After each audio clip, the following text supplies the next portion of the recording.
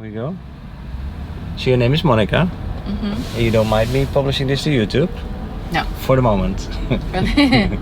You can always like I said, you can always afterwards change your mind and have me take it down or Okay. Yeah, but like I said, it's just conversations with the passengers, and some people are just, as an Uber driver you meet a lot of people, which I find fascinating. And you get people from all sorts of walks of life, really. And there's this mosquito in the car. This has been bugging me. I should almost give it a name. It's because it's been in the car for days already. Oh, really? Yeah. Come on. But anyway, so Monika, I drove your husband Ted. Yeah. And I gotta mention though, because I understand that the whole family, well, you, your husband, and his sister came over to help his mom move. Yeah, so she moved from independent living to assisted living. And what's then the difference? So independent living, it's in the same community. Independent living, they're still, do everything for themselves. They go to the grocery store. They get dinner provided. So they go to one of the restaurants for dinner only every day. And, they're pretty self-sufficient. And then the next level of care is assisted living. And so then they take care of them a little bit more.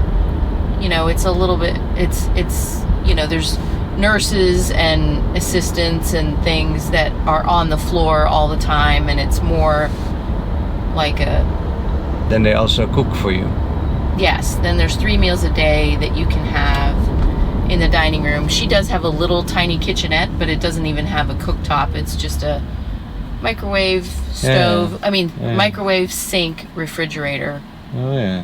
And she'll, have a little toaster oven and coffee maker, and you can still do the little things yourself. Yeah, she like can still have lunch. her own breakfast in there, and maybe even lunch. But they provide it if she wants to walk down the hall. Can I ask how old is she? She is 89. 89. Wow, that's a beautiful age. Yeah. We all hope to get there, right? Right. But in good health, always. Yeah. Because, is she still healthy or? She is. Yes. Yeah. Yeah. She's getting, a little. She's just aging, but she doesn't have any major health problems. Yeah, that's a blessing. So it's amazing. Right. She's still pretty independent and can, she's pretty sharp. And her husband just passed away in January.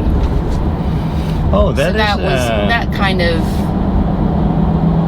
precipitated the change, because their apartment was, this giant 3-bedroom with a huge living room, dining room, den, TV room, full kitchen. It's a really big apartment.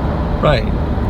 But they had each other to help each other and to do things together. So he just passed away in January, and then they were on the list to move to assisted living already, because he was 96.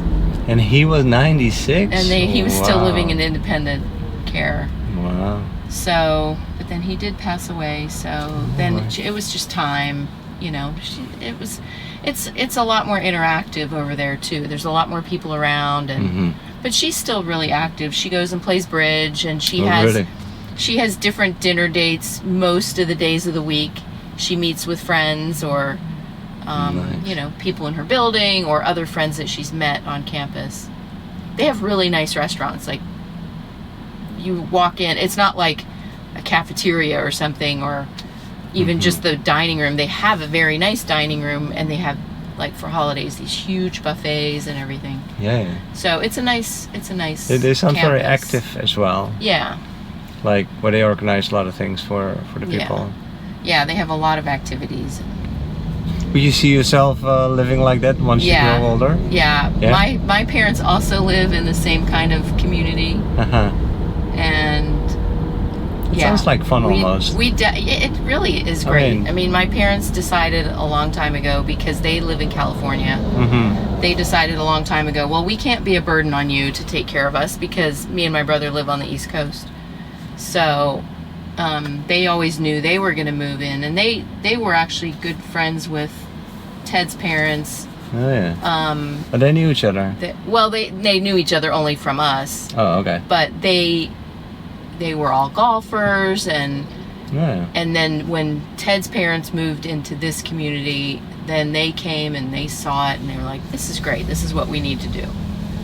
Because they also have friends whose parents never moved out of their house, and the kids had, the adult children who have lives. So are you saying that your parents are in the same community? No, they live in California, the same kind of community. But the same, okay, I got you. Yeah, right. So,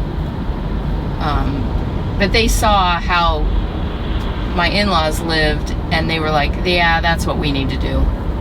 We need to live in one of these life plan communities, they're called. So it has all the different levels of care. Yeah, plus as for the kids like you and Ted, I guess. Yeah. It's nice to know that they are in safe hands, that they're in good hands as well. Yeah, we never have to make any decisions about, they need to move to. Then there's also nursing care and dementia care. Right. So we never have to make those decisions. The community works with them and knows what's best for them, and so it's just never a burden. So so they've lived there for 14 years. I can't believe that is quite a while. It's been that long. But so my sister-in-law, who was there, she and I moved them into this place. Like, it was brand new. I helped them pick all of the finishes and paint colors and all of that. They got to pick everything. Oh, you get to paint it your own way. You get to design it your own way. Yeah. Still, or was it only in the beginning? No, I think they do that whenever it needs to be renovated. And a lot of times, like now, they'll probably renovate that place. Okay. It's 14 years old. The colors are a little off for modern nowadays. Yeah, the walls, maybe. I mean, definitely they'll have to paint. We did some wallpaper, and that'll have to be taken down, and it's faded and stuff from the sun. Yeah. So, they'll renovate it all nicely, and the new people moving in will likely get to pick. I mean, sometimes they have nowadays they just have like a basic neutral palette, and that's what they do. But right. Anyway, you get to customize it somewhat. Oh.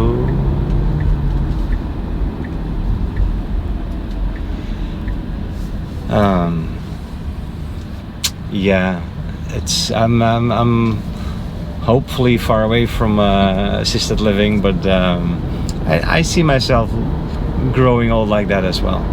Yeah. I mean, and that is a nice way also to not be a burden on the kids, you say, but it's like you want to be independent as much as possible, live your own life. Right. And I think it's also beautiful though what like my wife's Haitian, in the Haitian culture is you take care of your parents. Yeah. But that's not easy. That is difficult. I know. It is. As long as they're independent, it's great, right? Right. They're walking about, they're doing their own thing, they're with you, but I mean, they're still doing their own thing. But once they do become dependent on your help, it affects your life as well, because you do need to. I mean, you also have a job and have to, have your own life. Yeah. And that is difficult in a modern society, especially because nowadays husband and wife have to work to make ends meet. Often, yeah, it's definitely hard. And then in the United States, everybody lives far apart from each other. Like my oldest son is in California, my daughter is in Colorado. It's the American way. Yeah. Yep, definitely. Yeah, I'm from the Netherlands. My country's tiny. Yeah. So everybody's within a couple hours drive. That's true. Always. But not here. Yeah, both of my parents are German. Oh, they are? Yeah. Okay, but Germany's still a big country though. Yeah, but it's a lot smaller than this. Yeah. That's true. So I mean, I have cousins in Berlin, and their really? mother lives in Bielefeld, and I have cousins in Cologne, and that's actually where my parents met when they were in high school. But my dad was born and raised there, and a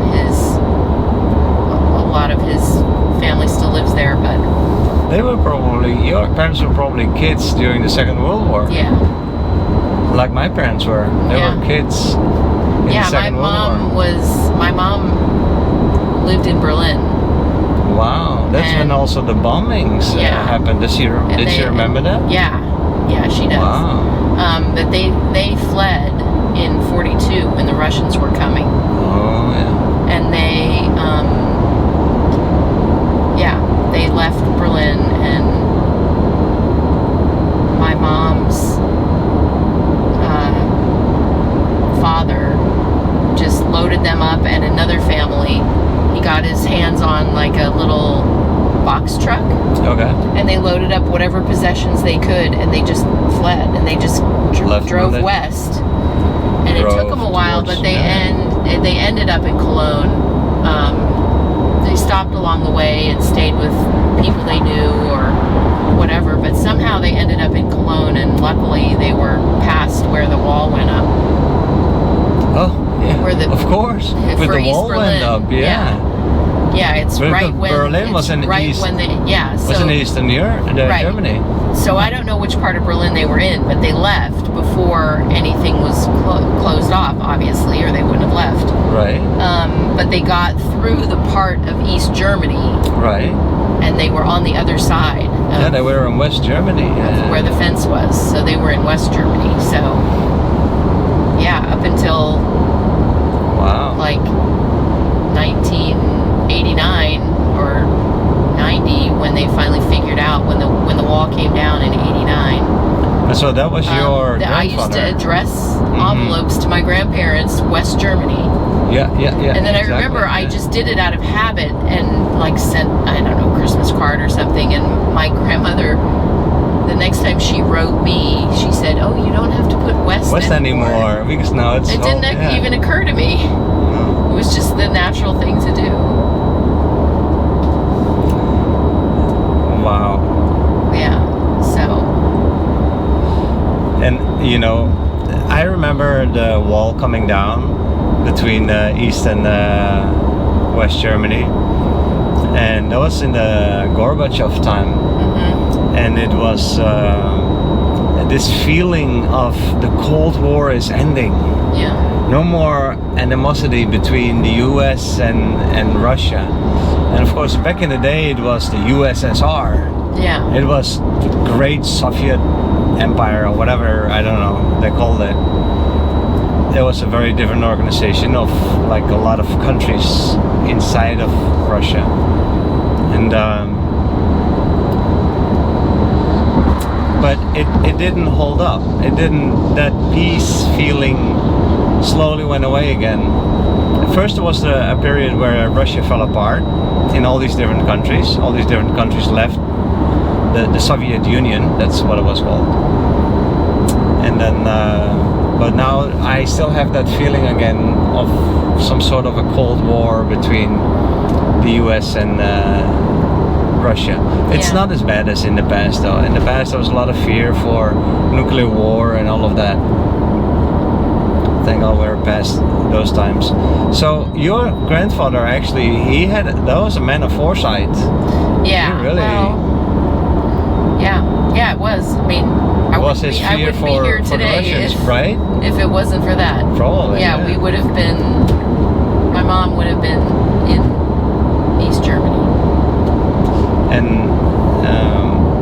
And it was because of the fear for the Russians. Yeah. Russians are coming.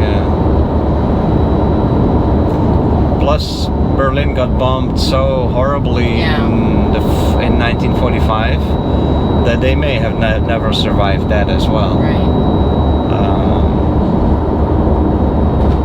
Because all the Allied planes were just focused on that, because that's where Hitler was still hiding. Right. It's quite something to to think that there's people alive from those ages, right? Right. It's I know, it's amazing. I mean, my mom has stories. My grandmother has had stories. She passed away a while ago. Your grandmother? Yeah, she was, let's see, she passed away in 2010.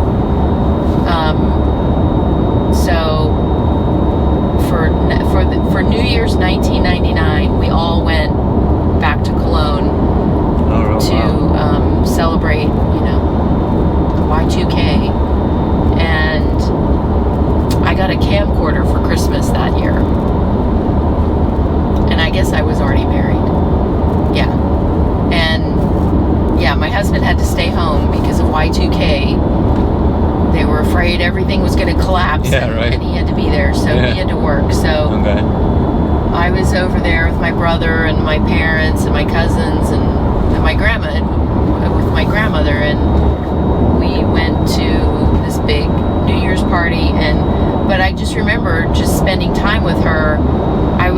I put the camcorder on the coffee table at night and would just ask her questions. She told me all the stories during the war and after the war and everything of my mom's childhood, basically.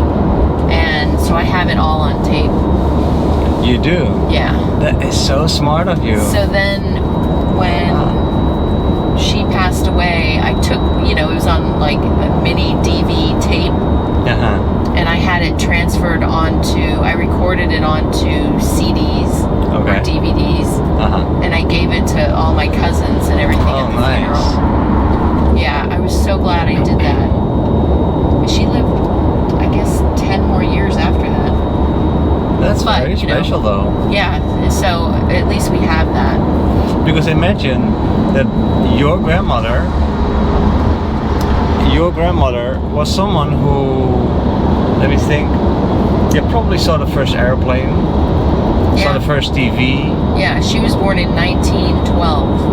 1912. Oh yeah, so airplanes were just beginning, I guess. But probably was not a lot of cars back then at that time. Yeah. Right?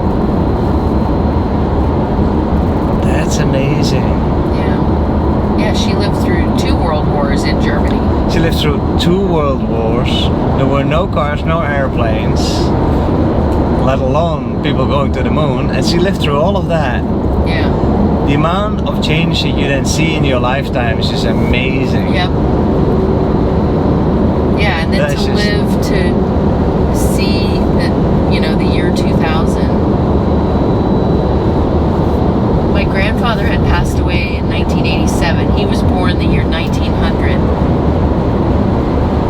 Oh, even before that. So it's always easy to remember how old he was and when he died. Sure. How old did he become? 87. 87, okay. Yeah.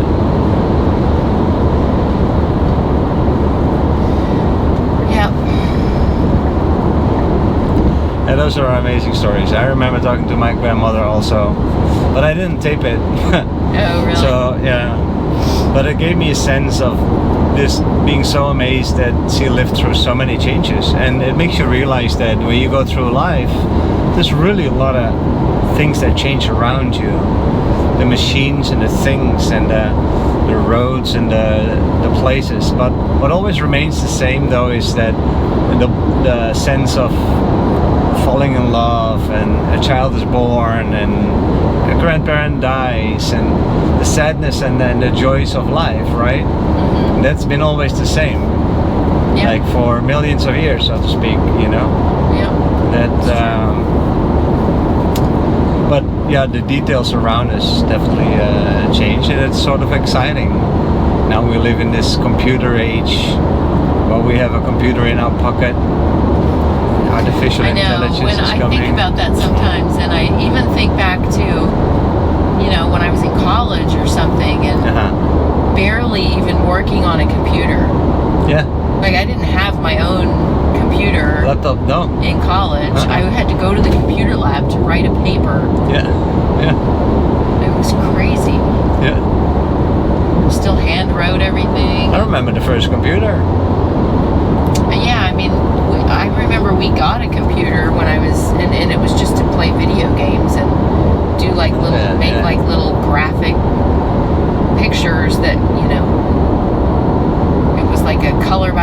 paper, and you just placed squares into a grid, like an X and Y axis. Okay. And so it was just like a black and white pixelated little picture. That's all we learned how to do in computer class in like 8th grade. Yeah, I bet you. I had my first computer class.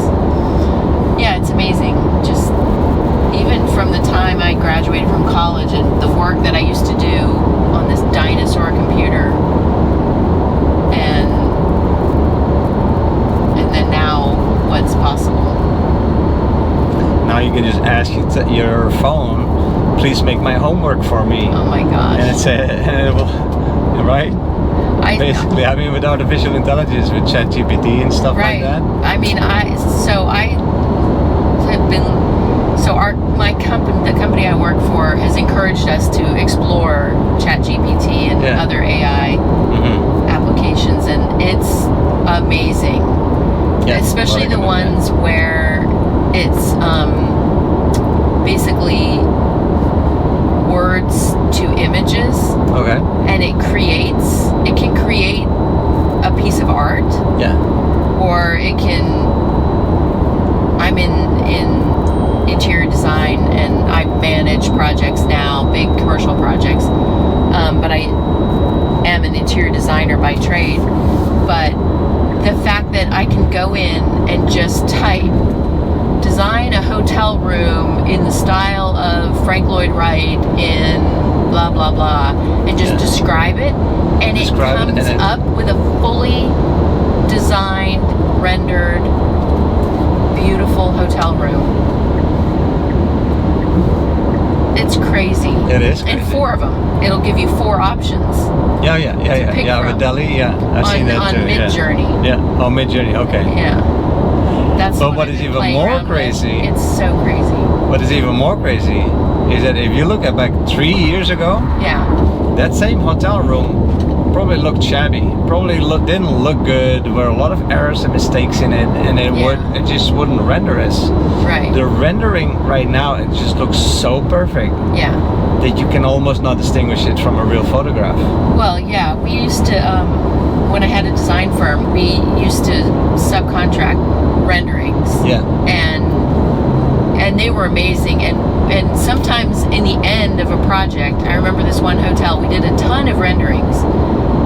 And first of all, we showed those to the client, and they were like, oh, just jokingly, I didn't know we built the hotel already. Yeah. Because they were just for the presentation. They were so realistic. Wow. And then in the end, we were putting together, like on our website, all these different shots that now the professional photography had come in and done it. And then I was going through these different photos, and I was like, I couldn't remember which ones were the renderings. I couldn't remember. Yeah. And I had worked on the project, and they were so good. Yeah. But yeah, I mean, that's amazing. But the fact that you can just talk about it and type it up, and then it just does it. I mean, it's crazy. And in your line of work, you probably can feed it a picture of an empty room also, and say what you want in it. Yeah. Well, they've been doing that already. On Zillow, you see that a lot. Like they do that. Photos they do that for just to stage real estate. Yeah. To show you what it would look like. Like you see it just empty room photo, and then you see it fully with furnishings in it. Because they don't have to. They don't really have to stage it anymore, except it does. It still feels better when you walk in a space and there's furniture in it. But imagine 5 years from now. Oh yeah. We don't need photographers anymore. Yeah. Basically. You just need good IT people. That's sort of scary. It is. But they're also talking about we need to mark every photo or every drawing. We have to mark that it's AI or that it was done by humans. Oh. But also photos, because if I take a picture of a cloud, then the AI can just draw a picture of a cloud. But my picture was a real photo of a real event. Yeah. And the AI was made up was created. It's still creative, but it needs a stamp that it wasn't real. Yeah. Well, yeah, there's a whole thing too with like in the art world. Well, if this is computer generated, is it worth anything? Like art, well, that, and also, you know, if you're saying in the style of such and such artist, or if it's evaluating, like if you're giving as the input an image of a certain painter's work, and then you want something like that. I don't know. There's a whole thing about is there intellectual property that you're good point. Yeah. That you're basically, is it a forgery, or is it, you know, what is it? We don't know. There's never been anything like this. Right. But that's an issue with artists. Like, sure, it's different, but if you took a painting of, you know, maybe it's not world famous, it's not a Monet or something, but if you took, you know, an established artist that not everybody knows, but who makes a lot of money, and then you just say, oh, just modify it, and then I don't have to buy it from that guy, and then, but he really owned that concept, right? Yeah. So where does the line get crossed? How much of it has to be different? And if it's just generated by a computer, it's tricky. It is. Like, are you stealing somebody's ideas, or does everything have to be trademarked and copyrighted? And but it becomes rather useless, trademarks and copyright, because you can say, okay, AI has to have a label, and then there's always going to be people who don't put the label, right, who want to try to forge something, right, and then they could try to sell it as the person's original artwork, exactly, right? Yeah. And then there will be so many forgeries around. But the problem also becomes that as a beholder, you don't know whether this is real anymore. Is this a real Rembrandt, or is this a generated Rembrandt? Yeah, are you getting what you're paying for? Yeah. So yeah, that's where it gets really, really complicated. Of course, they've been able to do that with, you know, anybody can scan something and reprint it, but I'm talking about somebody who has really created something, and then they just tweak it a little bit, and then say that, I don't know. There's just so many questions. You just don't know what all of the problems that could arise from this. And then, what we're also gonna get movies with fake personas. Yeah. So they're gonna be fake actors, but we will not be able to distinguish them from real. Right. But they're gonna be made up actors doing the movie. Yeah. What? You can then create movies also without shooting anywhere. You just can sit behind a computer creating a movie. Yeah. You don't have to go to New York anymore to shoot a movie in New York, because you can ask AI, make a scene in New York. And if it's not distinguishable, then why go to New York? Right, but if you think about if they're taking all of the information from other movies, basically, if you're saying, oh, make a movie about blah, blah, blah, well, it's got to have that information from whatever. Let's say you want like a spy movie, and you say it, in the style of James Bond or something. Right. Well, then it's all that information it's going to take from original James Bond movies. Right, and exactly. It's going to all be plagiarized, right? It's all going to be.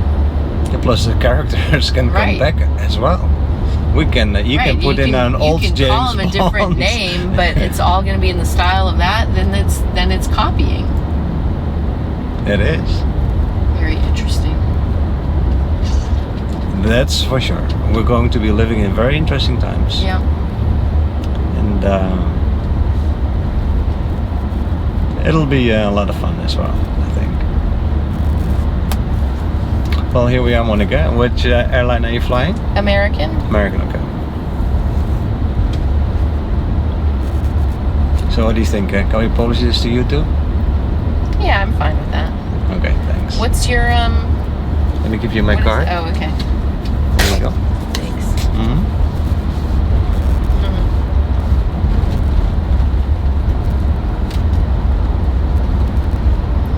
Did my husband tell you that I'm renting a Tesla 3 for the summer? Yeah, he mentioned something. I didn't remember that was He's probably like, you. Okay, how do you like it? I like it a lot. Yeah, isn't it? It's really They're fun. great? Yeah, Yeah. they're great cars. The only thing I miss is the blind spot indication in the mirror. Oh, really? Are you completely used now to look at the screen for your blind spot? I do look at that. Like I look at the backup cameras. Oh, I you don't have really the, look at the yeah, lights. the cameras. Okay. Yeah. I've- Wait, does this not have backup cameras? It does, but I turned that off because I thought it was distracting. Oh. I guess I'm still getting used to this car.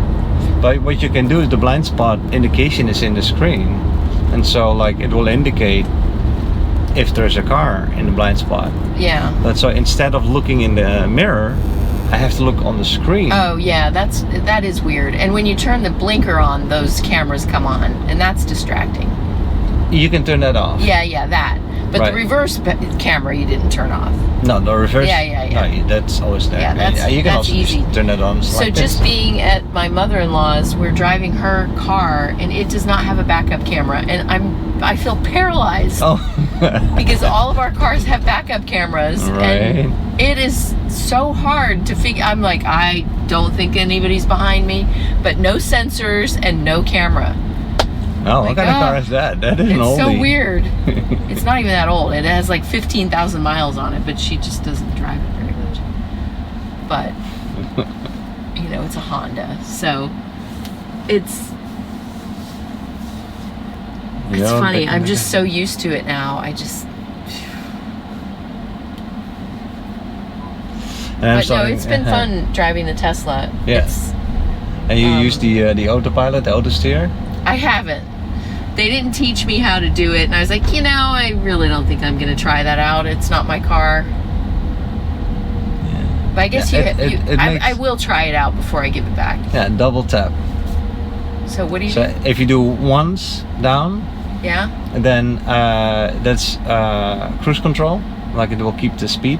Oh. If you do double tap, then it will keep the lane, Oh. and it should follow the lane wherever the lane goes. Really? Yeah. So that's just basic. But if you wanted it to like take you somewhere, does it That navigate is full and do? self-driving. Then you have to check to see if okay. that's available in your Oh, so state. autopilot is just to keep you in lane. In the lane, yeah. Okay, so that's not so bad. I think she's leaving, so I'll just take her spot. Okay. Well, maybe I'll pull up a YouTube video on that and before I do it and try it out. That would be a good idea. What if there's no lane markings like on a residential street? It'll keep to the right of the road. It's pretty good at everything, but it Like does if you're make... driving up a residential street and there's cars parked, Uh-huh. will it go Around, yeah, knows will to not... go around them? Yeah. It will. Huh. And I'm waiting for full self-driving, so that it will also navigate and everything. But yeah, that's, oh yeah, that's I didn't the next know thing. how limited autopilot was. Interesting. Oh, it's Yeah, good that you put open and press. Yes. 'Cause nobody Yeah. knows how to open the doors. I had so many people that I had to explain it to.